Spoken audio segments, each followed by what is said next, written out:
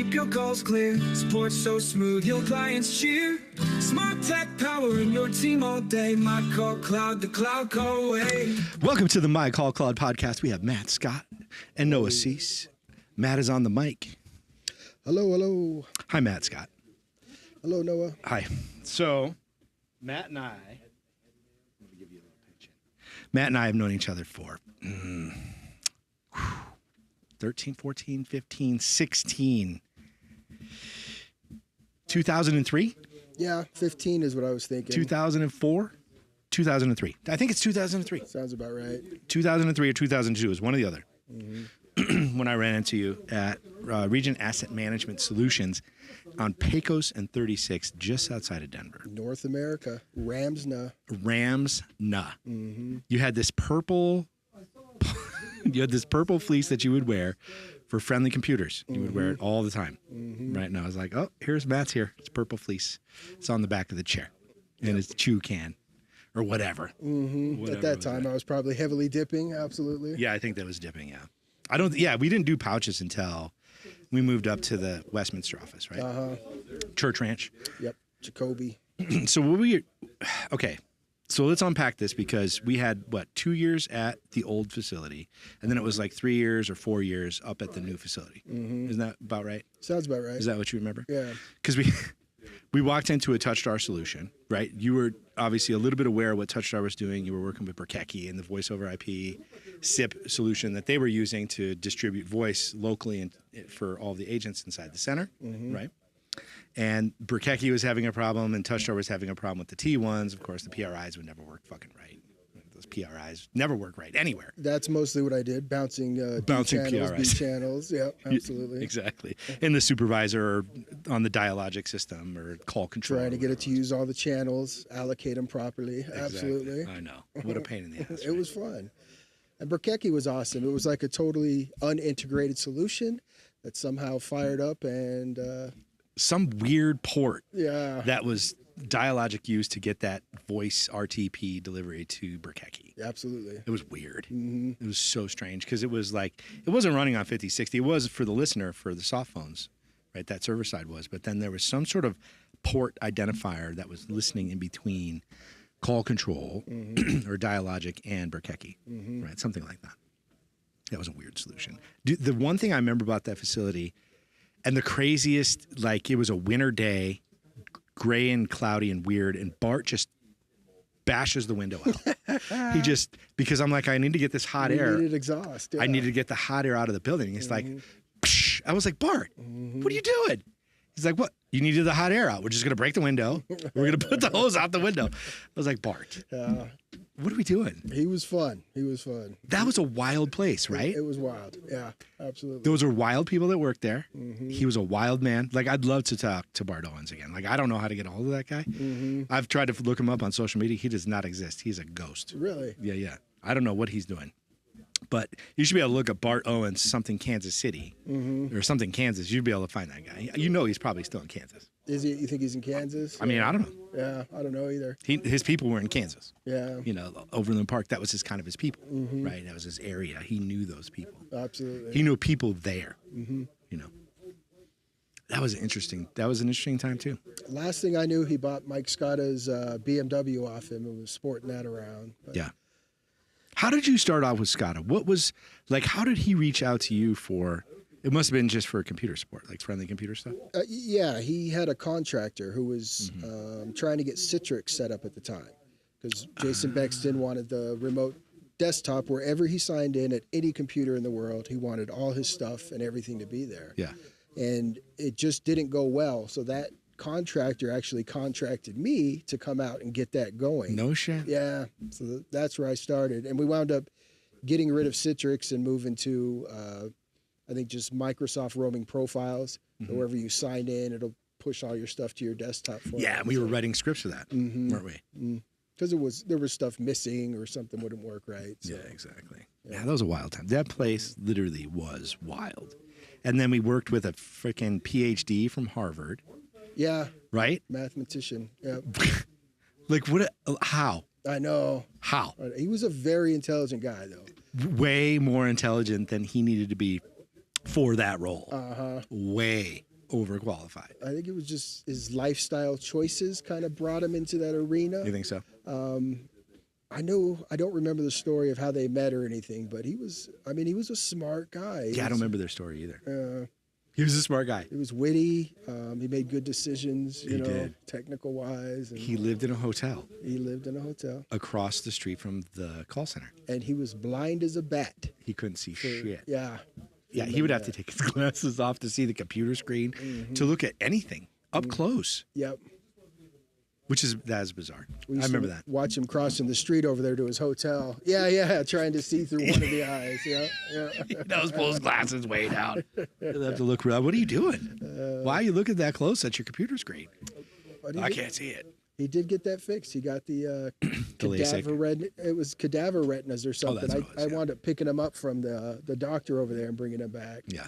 But he could see after that. So We had this one deployment out in Las Vegas, and I was literally like supposed to be back for a kid event or soccer, and I just drove that fucking rental car right to the terminal. Got out, gave him the keys, and said, "Hey, good luck getting that back." yeah, and I was waiting for him over there at Jacoby's to come back at whatever time at night. Was that the same one? No, we were in Vegas. Yeah. Were you in Vegas with me? On that? I don't think Not I that went time. to Vegas. No, Yeah, no. I think I was at Lucart still. They wouldn't let us both go to Vegas. That was Right. because they know we probably would have had too much fun in Vegas. Oh, absolutely. Yeah, they would not have found us. You know people. I know things in Vegas. We would have had a lot of. We would have saw some interesting sights. We would have saw some interesting things for Interesting sure. things, I know, or whatever Vegas has to offer, right? All the things it has to offer. So yeah, what we were at. Regent Asset Management, 36 in Pecos, the old Samuel building, which I have not been to, but I do drive by from time to time. Looks nice. Looks like they're putting some money into it. They're revamping it. I mean, it's still got like 30 or 40 offices in that damn thing. Wow. Right, including women, infant, children. WIC, the WIC program is in there. Is it? Or it Rick's in was. there? Yeah. Or the building next to it was, So it was, it's interesting because that was just what would you call that? A C grade or B grade building? It wasn't fancy by any stretch of the imagination, but it got the job done. No, it was almost like an institution of some sort, like maybe a prison office building or something. It kind of felt like that. An institution. Yeah, it was brick everywhere except for the windows, which Bart was able to bust out. But I had my car broken into sitting there one day. That's right. If I ever see Grady again, I'm going to talk to Grady. Yeah. I know he's at the VFW down there on Yeah. Broadway most of the time. Yeah. Because he stood there. He couldn't see either, unfortunately. So he stood there, and on the camera, we got the building camera, and we Yeah. played it. And you can see him standing out there having a smoke, kind of staring at my car the whole time. Yeah. But, he was just longing for the distance there. But, yeah, that was kind of a bummer. Grady Nakayama, Yeah. Scott Roberts' son. Yep. I never knew how that worked. I think Grady probably was his stepdad, right? Yeah. Right? Mm-hmm. Okay. He called him Pops. He did. Yeah. I mean, it felt like they had a father-son relationship, Yep. didn't it? Yeah, I believe they were father-son. Yeah. Yeah. I mean, he brought Scott into the business for sure. Mm-hmm. Right? Yeah, Grady, and he was always ready to invite you down to the VFW. Yeah, the VFW. Right. We made plans to go up to the mountains over there. We're going to go shooting out there Yeah. one weekend, but Did you guys ever make it up? we never made it up. Yeah, it's tough. Things changed, They did. you know. I know. So we were there for 2 years. Met you. Then we moved everything up to 104th and Church Ranch, or Highway 36. All the computers, bought all brand new shit. Brought, what did we buy? Like 1,500 feet of wire. We ran all the CAT5 for Or all the 2,000. stations. Yep. Like we had tons of wire. Mm-hmm. 4 or 5 boxes for sure. Pulled all the old stuff out. Recycled that shit for what? $350? Yeah, $400? Yeah. Had a nice lunch. Split a couple $100. and- Barbecue, I think. Yeah. It was awesome, man. Yeah. Yeah, we wired all that shit. I remember for weeks after my fingers were just Yes. raw. You remember that? Yeah. I was like, why? Well, obviously untwisting every CAT5 cable. But they all fucking worked. They fucking worked. Not a problem. Absolutely. And we designed that shit after we designed Overland Park, right? Because we kind of thought that through. where we did switch and then small patch cords. Remember, we did those really small patch cords, so we didn't have to do color coding and stuff. So we Color knew what coding. was the server farm and what was the workstations. that was a great project for us. It was a great project for me because I knew I was capable of doing that shit, right? Including splicing the fucking power poles together for those cubes. Remember those things? Yeah. We heat shrinked all the wiring. Yeah, together. every cube had that hollow square pole we'd have to run all the wires through and everything. Yeah.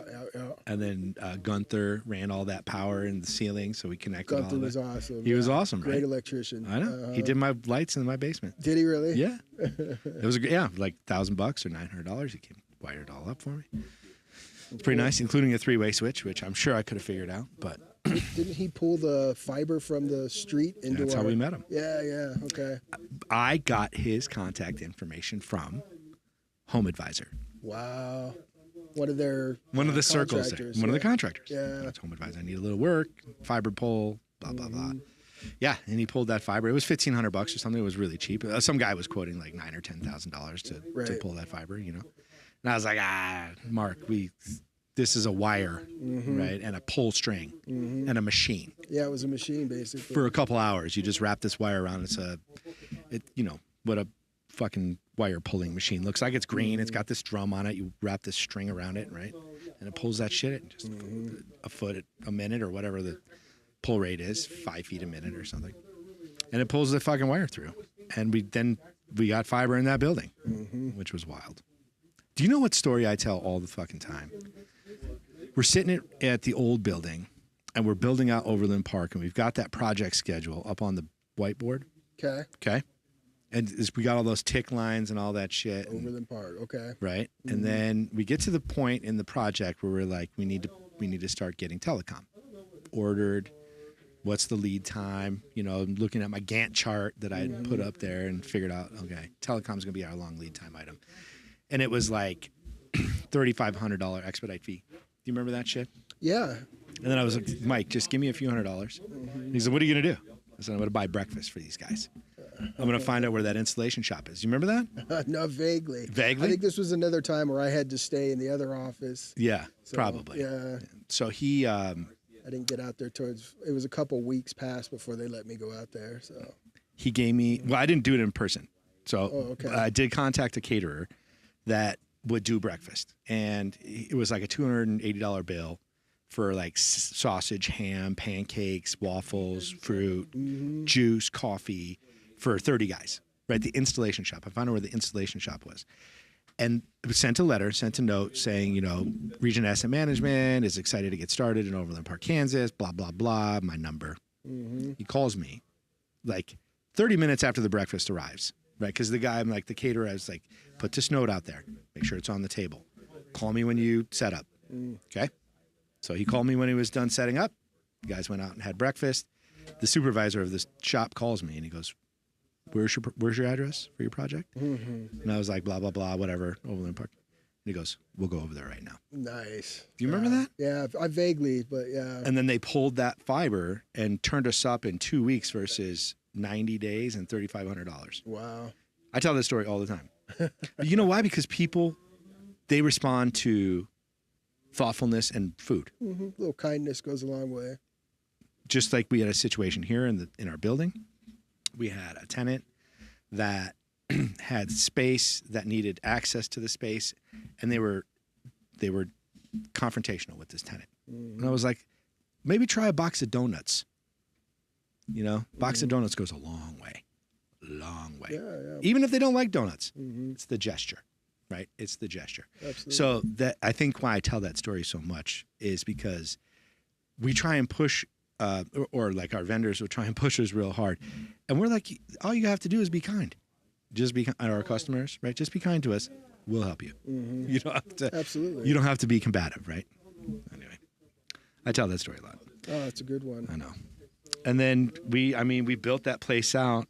I think I downloaded Backtrack to get Wi-Fi from a neighbor. Remember the pallets of computers we'd order in. And then the fucking server racks.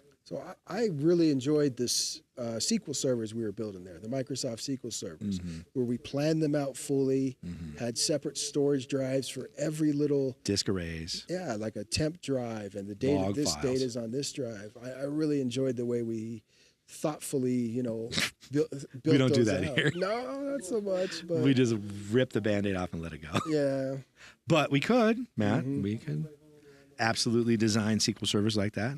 A drive for log storage, a drive for data.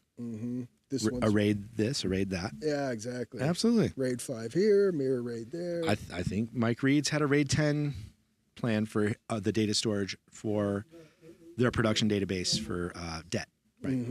Wasn't it double RAID 5, right? Yep. Yeah, I thought it was. Dude, we can do all that. Like, we need some initiatives for maybe the rest of this year and next year. We get hardware. I think we're going to probably see some growth. Fingers crossed. Yeah, absolutely. I think we're going to see a little growth this year. What else did I want to touch on the past, though? There was some other stuff there. Oh, the server cabs. That was one of the other stories I tell a lot, too. Remember we tried to sell those cabs, those old server cabs. There were 6 of them or 8 of them. You're going to bring up Martha Stewart? Was it Martha Stewart? She's the one Go. with the pies. Yeah. Get it. Tell the story. I think it was her documentary where she was trying to sell some wonderful pies she made at the local mall. Yeah. And they were priced like at $5 or something, very cheap. She just didn't want to make any money. She just wanted people to try these wonderful pies. Right. And nobody wanted to buy one. And at some point she realized because she was selling them so cheap, people assumed they were cheap. They undervalued the pies. Undervalued. So I think she raised it, either doubled or even quadrupled, like $20 a pie, and then they sold like hotcakes. Hotcakes. Everybody saw the price tag; they thought it would be great. Yeah. But this leads on to our server cabinets that we posted. acquired. Yep. Craigslist. $50. Come get them. Nobody wanted them. Nobody. 5 times we listed them at $250. Would they sell in like 4 or 5 days? Yeah, They were quick. gone. Yep. Gone. We were wheeling them out the back and collecting a slush fund for lunch. That was wild. We hid that money in the electrical box, right? And I think we got a Thunderbolt phone for that because we were big into Cricket cell phones at the time We where were. you could flash your own ROMs onto the phones and stuff. Yes. I do remember that. That was funny. Yeah, of course we did all that nerdy stuff. Yeah, it was Right. I mean, we can't do that shit now. Rootkits and all that. Like, these phones are so advanced, you don't need to do anything with them now. You can put Graphene OS on some of these, but it's not like it used to be. You know, where there was the kitchen, or what was it called, the cookers or something, where Jailbreak. everybody had the different ROMs, but certain things might work or not work. Yeah. So Depending on the hardware config. I remember that. I had that VX 6800, that slide out. Yeah, those were the Windows. best. Oh, with the full typing little keyboard to on the there. keyboard. It was so nice. I was so resistant when it was touchscreen keys after that. I was like, I love my little keyboard. No, I know. I still miss it. Where's my keyboard? I Mm-hmm. know. Sad. But hey, man, that's where we met, and we stayed in touch. Obviously, we got into some shenanigans. We had some weekly shenanigans, which was a lot of fun. Those are a lot of great memories of Thursdays. I followed you on when you left. I followed your footsteps after that. You did? Yeah. Well, we were both at the Jacoby Law Firm. Yeah. Yeah, That's true. and you were starting this. I mean, I remember we sat in that noisy server room that you and I sat back there in. Cold as worked all fuck. day, cold. And you were talking about the name that you wanted to create. And does this sound better than this name? Or You were there for the naming of this entity. yeah, I remember that. And then you went on to Service Magic. And Then Zayo for a little bit after that. Oh yeah, Zayo. I forgot about Zayo. So obviously I left Service Magic, and what did I do? Got me the job at Service Magic. Just brought you right behind me. They were like, we need somebody who's doing what Noah did. He recommended you. I was like, thank you. So, And then later you were like, fuck you, Noah. God damn it. it was rough. It got rough. I have great stories there, but I mean, in the beginning, it was a true .com. Everybody was riding scooters around. We had shooting Nerf guns. the Nerf guns were a blast. I know.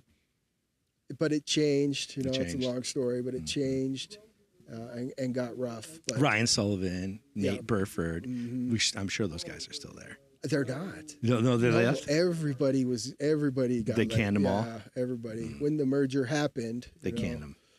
Clean slate. Well, they were. I mean, you know, certain people always wanted things to be their certain way, and they would hold back anybody else who didn't do it their way. Yeah. And when you have somebody above you who wants you to do things their way, you know, And you don't want to do them that way, Yeah. then you can see there's a conflict there. I know. I was there for 9 months, you know, that only 9 months. 9 months. And I couldn't do anything. They wouldn't let me do anything. Yeah. Nothing. I couldn't do it. I could build test environments, and that was it. That's all they would let me do. I couldn't integrate with the Avaya. I could interface with it, but they wouldn't let me. Bring up SIP trunks. or No SIP something. trunks, Yeah. right? Or if we did have some SIP trunks, it was just for a few phones, right? Not the majority of the phones were still those copper line phones. How weird was that company, right? It was weird. It was a .com, but it wasn't a .com. It was a .com in emergence of being I don't know, a juggernaut. What are they, $100 billion a year now? It's Yeah, Match.com and Unicorn was tossed around a few times. Yeah. yeah. Yeah. What is Unicorn? Unicorn, where you have the new company that comes up and Oh, it's going to do great things and make tons of money. Right, yeah. And Unicorn. yeah, so, but that's where, you know, after you left, Yeah. because at the time Ryan Sullivan was a VP, and then we worked under Kevin McGlinchey, Glinchy. who was the Love you, VP. Glinchy, if you watch this. Yeah, buddy. Kevin McGlinchey taught me some of the best Linux commands ever. Kevin was great. Great. He's a lot of. I got some fun stories about him too. He's the one who got me into writing short emails because I'd write these long, detailed, You would. Yeah. accurate emails, and he would write it back, "What the fuck? Too long." I was like, Not going to read this. okay. So I'm pretty concise now. I've found a good way to just summarize and just get the key details in there and move on. But, Yeah. yeah, they did pretty well. Once they started making a lot of money, Match came up, made tons of money, Tons. and unfortunately they were under a venture IAC. capitalist who just wanted to get more money. So they released money for advertising. They pushed out a CEO, CTO, all came down. And that's where it was like, we're going to take Angie's List down, Yeah. you know. And that was the goal after that. And then when that happened, we merged two people from totally different companies. We may online look like we were exactly the same. Yeah. The way they were doing things versus the way we were was Because totally you didn't. different. Because you didn't change shit, did you? Yeah. It was parallel. It was, well, we They ran in parallel. first thing we did was redirected all their traffic to our servers. But, you know, they weren't like we at Home Advisor had all these sophisticated matching and like algorithms Yeah. to find, you know, who the platinum tier vendor was and all this stuff. And Right. Angie's was kind of basically just a directory. Yeah. So you wanted somebody electrical, this guy says electrical. Electrical. It wasn't much more than that. So then we merged. We had to take on their managers, became our managers type situation. And Yep. that's about that time everybody started pushing back and everybody I knew left. And And then Chad and I met you for lunch, and we've you're been like, talking for a little bit. yeah, we met a couple times, Yep. right? We're like, hey, I just need to keep in touch with this guy because we know Yeah. we're the same, Yep. you know. Technically, we're pretty fucking close, if not almost exactly the same. But yeah, then it was it. I was like, hey man, are you ready? I think we're ready. I think we're ready for a bigger salary guy and real growth and stability. It took a while. I think we were like 3 or 4 years in, right? Because you've been here 8 or 9. You came in after Ray. I came in after Ray. Yep. Yep. So Have to 8 or look at 9 my years. I think. timeline. Yeah, I've been here for a while. Yeah, I know. But It goes fast. I think I was begging you at the time. I was like, Noah, please, you gotta Please get me out of help here. me. Help me, please. I was like, okay. I don't want another corporate job. I Save me. know. It just, you know, the thing about, and I know you and I have had these conversations about it too, is that it just kills you. Because there's, like, you and I are motivated enough to, like, if we have a project we want to work on and see it to the end and have it work and do something in the real world that makes an impact, it's almost like you couldn't do that there. That's what I meant. They were holding All of it. everything down. Oh, you have a great idea? That's good. Go stick it in the drawer over there. Put it in the box. Yeah. We're not doing those. We're not doing those save $2 million a year ideas. We're going to do none of that. None of that. We're going to spend all of it and then merge and have big problems. Yep. That sounds perfect, doesn't it? It was fun. So you learn a lot. Like if you ever get yourself into a situation where you're an EVP of a multi-billion-dollar corporation, which you will never do. And I'm not doing that either, ever. But if you did, you would run it a lot more like this. Right. Right? Yeah. Small little silos. People still talk to each other. Groups are not too big. They're not fighting over resources internally. Right. We did all that stuff. Agile and Scrum. We had Scrum Masters. Yeah. So you had, waterfall meetings. You had your big meetings with the teams. You had Scrums every day, which are, waterfalls of waterfall meetings. And at the end of the day, you're like, I've been through 8 meetings today. I've not had 10 minutes to work on my project at all. No accomplishments. Yeah. Period. Meetings all day. All day. And then ping pong. Ping pong was great. A little pool here and there. Yeah, the pinball machines were fun. Dude. Yeah. But at some point you're like, okay, I got to go. You got to go. You still have timelines. There were milestones. You have to accomplish these things. Right. Yeah. But you can't accomplish them while you're getting shot by Nerf guns. I mean, you can, but not really. Like, I remember those kids that were there that were like 19, 20, 22, 23. They were staying there till 8 or 9 o'clock. I'm like, what are you guys doing? Yeah. Go home. Do something else other than try and pretend to code.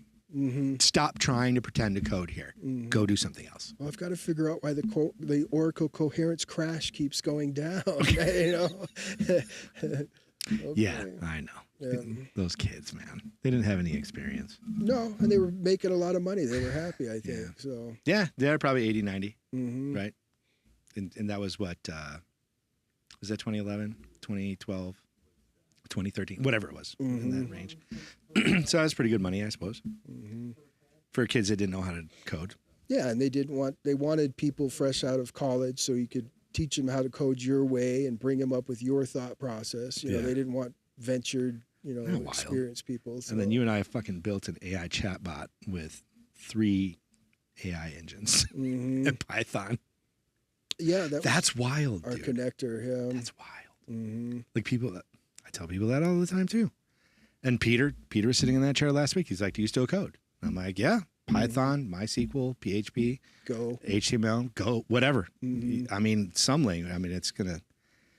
If I have no experience with the language, it's gonna take me a minute to figure it out. But I'm sure I can figure out while loops and for each and arrays. You're still building functions and classes. Logic. That was a fun project. It was tough. That was a tough one. It was tough. Yeah. That took 4 or 5 weeks in the summer. That was June to July. We had no visibility on the far end, so it was just trying to make things happen until something worked, and only to find out it was coded in such a way where you had to do certain events. I think it was 5 things we had to do in order. So otherwise, we'd get a race condition that would respond back with something that was not appropriate or inappropriate at the section of code we were in. Yeah, that was a wild project, and that was just 6 months ago. Here's the thing too, and for people that watch this and then run across this little segment, hopefully this little segment comes across. Matt and I can fucking solve anything. It is literally impossible to stop us from solving a technical problem when we both engage in it. Wouldn't you agree on that? If it's solvable, if there is a way, if there's a real solution available, yeah, we're gonna. Even if we have to code that fucker, right? Some middleware or a Docker instance or whatever the solution is, there's literally nothing I cannot fucking solve. I would even go so far as to say security systems, Wi-Fi, networking, fiber optics, firewall, clustered environments, high availability rollover scenarios, super complicated fucking circuitry, When you said security systems, are you talking about the GE security board? Physical security systems that we had to figure out how to run, access cards. Yeah. Like typically you'd have a security guy work at your facility for $60,000 or $70,000 a year, punching cards, building RFID cards for people, taking pictures. Mm-hmm. Didn't have any of that. We ran that whole fucking place. Yep. You and me. Ordered the entire thing. ID badges for everybody. All of it. And yeah, it was fun. We saved those guys $250,000, $500,000. I don't even know. Like just wiring the building, just the wiring. To get the doors to work. 80,000. Well, just security, but not just that, Matt. All the fucking CAT5 we did in there. Mm-hmm. What is it? $100 a drop? Yeah, It's 200 a drop. Mm-hmm. We did 365 drops. Mm-hmm. That's $60,000-$70,000. Yeah, that's a lot of money. We did it over a week Mm. in ladders Mm-hmm. and music off your phone, sitting at the fucking floor. Mm-hmm. You remember that? Powered by Buffalo Wild Wings. I think so. And beer. Yeah. Absolutely. We got through it. Dude, we have some good stories, man. Listen, you're going to get more comfortable doing this. You're going to do it again. I could see you were breaking out a little bit and getting that flow going, so that was really good. I'm trying to ignore the thing strapped to my head and this thing right in my face. I know, it's a little bit. I know. Yeah. It's a little weird. But, you're getting used to it. And you actually had some really good stories. So we're going to capture those. Those are going to go out to the real world. People are going to connect with you, and we're going to get thousands more views. Love it. All right, Matt Scott. Take care, bud. All right. Talk to you Love later. Noah. Bye. Right on. Bye.